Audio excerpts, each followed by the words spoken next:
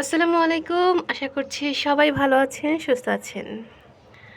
আজকে আপনাদের সাথে একটি গুরুত্বপূর্ণ টপিক নিয়ে আলোচনা করব। আশা করছি উপকৃত হবেন। আমরা তো খাবার থেকে পুষ্টি উপাদান পেয়ে থাকি, আর এই খাবারগুলো খাওয়ার জন্য কিন্তু দাঁতের ভূমিকা খুবই গুরুত্বপূর্ণ। তো দাঁতের যত্ন আপনারা কেমন নিচ্ছেন? আসলে আপনারা যদি দাঁত ঠিকমতো ব্রাশ না করেন, তাহলে কিন্তু দাঁতের ভিতরে থাকা যে জীবাণুগুলো আছে এগুলো কিন্তু আমাদের হার্টে চলে যেতে পারে। এখান থেকে আমাদের কিডনি কিংবা লিভারের সমস্যাও দেখা দিতে পারে। আর দাঁতের সমস্যা হলে কিন্তু আপনারা খাবার ঠিকমতো খেতে পারবেন না।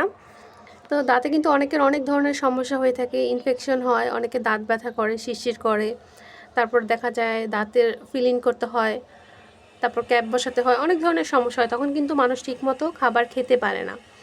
আর ঠিকমতো খাবার খেতে না পারলে কি হবে? আপনার শরীর ঠিকমতো পুষ্টি উপাদান পাবে না। তো এই জন্য কিন্তু আপনাদের হচ্ছে দাঁতের যত্নটা খুবই গুরুত্বপূর্ণ। দাঁত হচ্ছে 2 বার ব্রাশ করতে হয়, সকালে একবার, রাতে একবার, এটা আমরা সবাই জানি। সকালে উঠেই আসলে ব্রাশ করার কোনো প্রয়োজন নেই, আপনারা খাবার খাওয়ার পরেই ব্রাশ করবেন সকালে।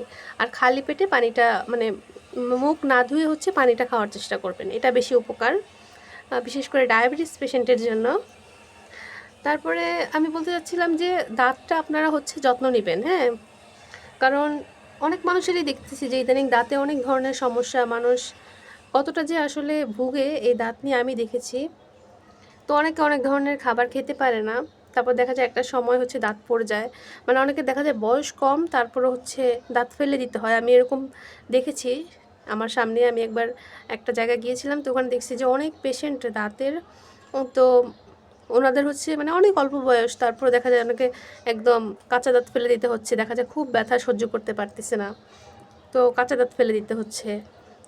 তো আপনারা হচ্ছে দাঁতের যত্নটা নেবেন, না হলে হচ্ছে একটা সময় গিয়ে দেখা যায় অল্প বয়সে আপনাদের দাঁতগুলো ফেলে দিতে হবে। আর ভিটামিন সি যুক্ত খাবার খাবেন।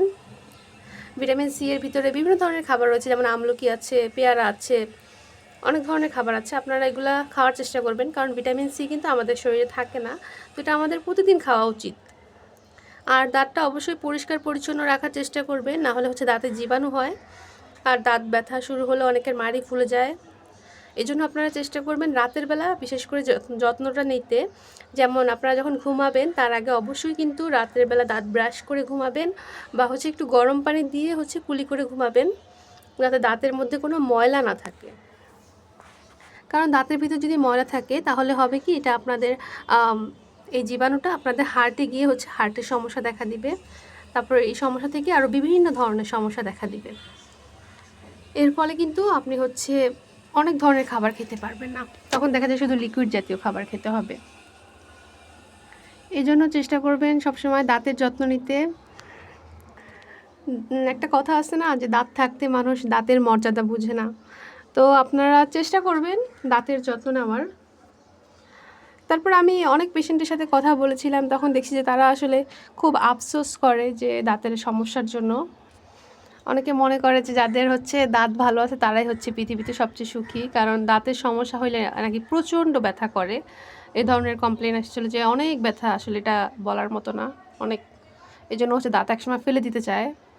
বেশিরভাগ মানুষ হচ্ছে অনেকে ক্যাপ পরা, অনেকে ক্যাপ পরাতেও চায় না, যে দাঁত ফেলে দিলে মনে হয় শান্তি।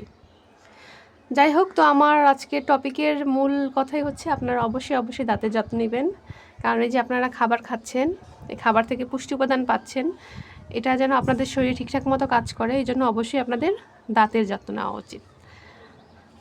আপনারা সবাই আমার সাথে একমত কিনা অবশ্যই কিন্তু কমেন্টের মাধ্যমে জানাবেন, আর কোনো পরামর্শ থাকলে অবশ্যই সেটাও জানাবেন।